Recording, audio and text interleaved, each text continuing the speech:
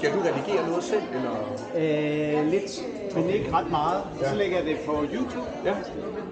Så deler jeg det med jer.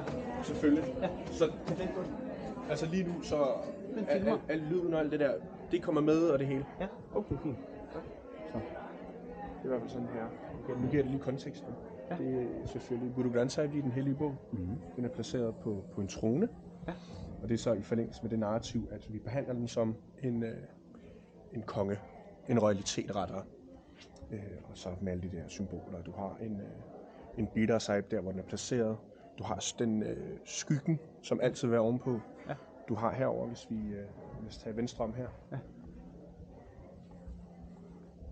Så har du en jord, en vifte. Ja. Så den er også med. Ja. Og så har du den her, som er en del af tronen selv.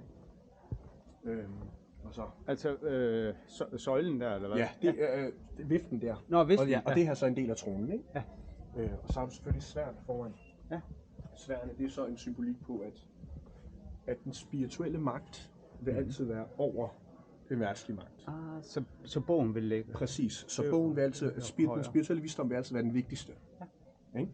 Men der er i hvert fald et interessant koncept med, at den spirituelle visdom er der, men den verdslige visdom skal også være der. Ja. For de går i hånd og hånd. Fordi der er ingen grund til at være en sage i en verden, hvis verden ikke er god nok. Men så gemmer du dig jo et sted. Ja. Så det er et meget vigtigt koncept, at du skal også have styr på det verdslige. Du skal også være aktiv. Hvis der er noget, der foregår, som ikke er rigtigt, skal du være til stede. Fordi hvis du har al den visdom derfra, men ikke agerer på det i virkeligheden, så hvilken grund har det sig, ikke? Ja. Præcis. Så den balance er også meget, meget kritisk. Ja. Og antallet af sværd, det er, hvad du glæder, altså. Ja. Det er, hvad du vil, ikke? Ja. Nogle gange kan det godt være et sværd, og så kan det også være andre våben. Det kan være et skjold, det kan være en godard, en girban. Som er hvad? En godard, det er en klo, en forlænget klo. Ja. Det er bare forskellige våben. Okay. En dal er et skjold. Ja. Du kan have en kanda, som er et andet type sværd. Ja. Jeg kan lige løfte den ene her for dig. Og igen. Og så jeg gætter på, det er en dalvar. Ja. Og så designet hernede fra, det afslører også ofte, hvor det er blevet lavet fra, hvilket materiale. Nu kan jeg desværre ikke sige det. Det er ikke en hobby, jeg endnu ikke er trådt ind i.